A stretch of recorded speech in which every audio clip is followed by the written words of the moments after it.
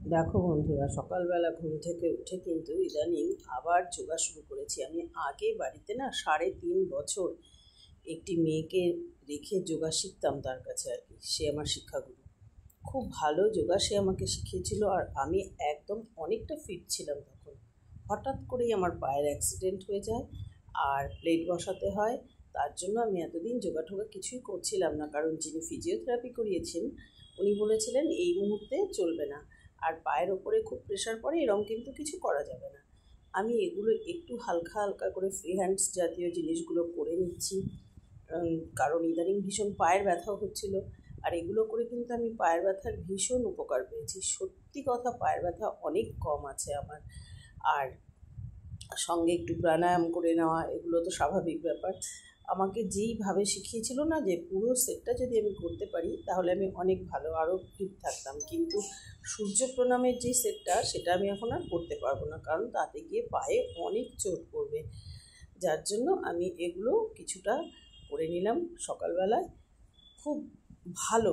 তোমরাও যদি এইগুলো করতে পারো না প্র্যাকটিস, তাহলে দেখবে শরীর কিন্তু সত্যিই ভালো থাকে। আর আমাদের একটা বয়সের পরে হাঁটা চলা যোগা এগুলো তো আমাদের করে নেওয়াটা ভীষণ দরকার। তারপরেই বসিয়ে দিয়েছি লিকার চা আদা দিয়ে। আদা দিয়ে লিকার চাটাও শরীরের জন্য ভীষণ ভালো, আমি আগেই একবার বলেছি। আর সকালবেলা আমি রোজ আদা দিয়ে খাই, কারণ এটাতে অ্যাসিডিটিটাও কম হয় বেশ, সেই জন্যে আদা দিয়ে চা। এই সমস্ত ফাঁকেই জানোই তো আমার পিজি চলে, সকাল সকাল রান্না লাগে, তাই আমি আবার এদিকে বসিয়ে দিয়েছি মুগ ডাল ভাজা। মুগ ডাল হবে আজ দুধ জাল।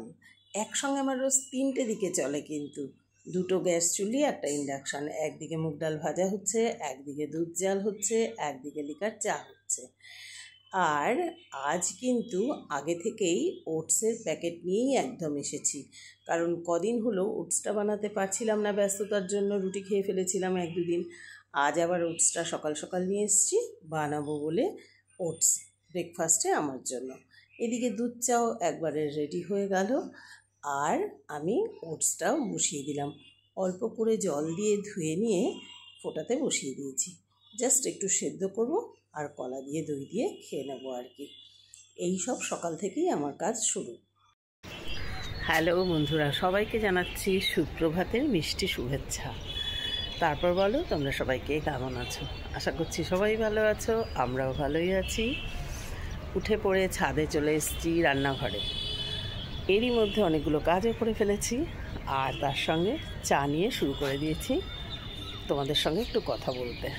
সকালবেলাটা না আমার সারাক্ষণ ম্যাক্সিমাম দিন বাইরেই তোমাদের সঙ্গে কথা বলা শুরু হয়। হয় পার্কে হাঁটতে থাকি, নয় ছাদে। ঘরে বিছানা থেকে উঠে না। ভীষণ আর্লি রাইজার না আমি, তো অত সকালে বিছানায় তোমাদের সঙ্গে আর কথা বলাটা শুরু করা যায় না। ছাদে চলে এলে বেশ ভালো লাগে, খোলামেলা চারদিকে। আর আজ কিন্তু প্রচুর ফুল ফুটেছে, টগর, অপরাজিতা, জবা, অনেক কিছু। টগরগুলোই বেশ আজকাল অনেক ফুটছে আর কি।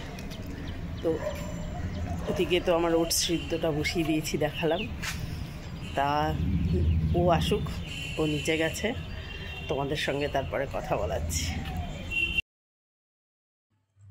ওটসটা সেদ্ধ হয়ে গেছে, বেশ একটা থকথকে ব্যাপার। প্রথমে আমার একদম ভালো লাগতো না খেতে, কিন্তু উপকারিতা যেহেতু এতটাই, সেই জন্য এটাকে আমি মেনে নিতে বাধ্য হয়েছি আমার খাদ্য তালিকার মধ্যে, কারণ এটা না হলে এখন ওয়েটটা কমাতে পারবো না। এদিকে গোটা 10 ডিমও সেদ্ধ বসিয়ে দিলাম। লাঞ্চ গোছানো রেডি। মাছের ঝাল আর ভাত শুধু দিয়েছি, আর দই নেবে না ফ্রুটস নেবে জিজ্ঞাসা করে দেবো। এদিকে ওকে দিয়ে দিয়েছি ব্রেকফাস্ট, আলু চচ্চড়ি আর রুটি। ওর আজকে ইচ্ছে হয়েছে একটু আলু চচ্চড়ি খাবে, তাই নাহলে সাধারণত খায় না, আলুটা অ্যাভয়েড করে। আর আমি তো আমার ওটস করে রেখেছি, এবার আমার ওটসটা আমি নিয়ে নেব।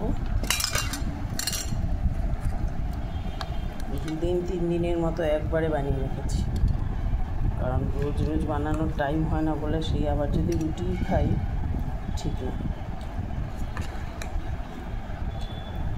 ব্যাস, এর সঙ্গে কলা নিয়ে খাবো। এই যে নিয়ে নিয়েছি, ও খাচ্ছে, এবার আমিও খাবো। বড় ছেলে ওখানে এসে যাবে। খেয়ে খেয়েই কিন্তু ওয়েট বাড়িয়েছি, আবার না খেয়ে খেয়ে একটু যদি কমানো যায় বলো। বলো হবো না বাবা, ডাক্তারখানায় গেলে দেখবে বলবে 6 মাস জল খেয়ে থাকুন। এখন একবার সেই সন্দীপের মাকে নিয়ে গেছিলাম নার্ভের ডাক্তারখানায়, ডাক্তার বলে দিয়েছিল, বলে আপনার এখন 6 মাস না খেয়ে থাকলেও চলবে। আমাকেও গেলে তাই বলবে হয়তো।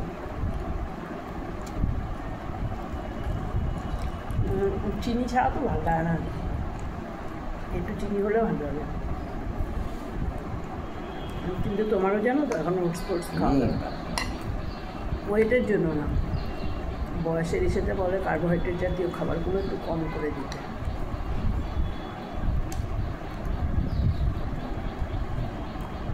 তো তোমরা কে কী ব্রেকফাস্ট শুরু করেছো আর কে কী ব্রেকফাস্ট করছো একটু জানিয়ে দিও। ব্লগটা দেখার জন্য থ্যাংক ইউ। এই ব্লগটা একটুই দেখো, আবার পরে লাঞ্চ ব্রেকে আসবো।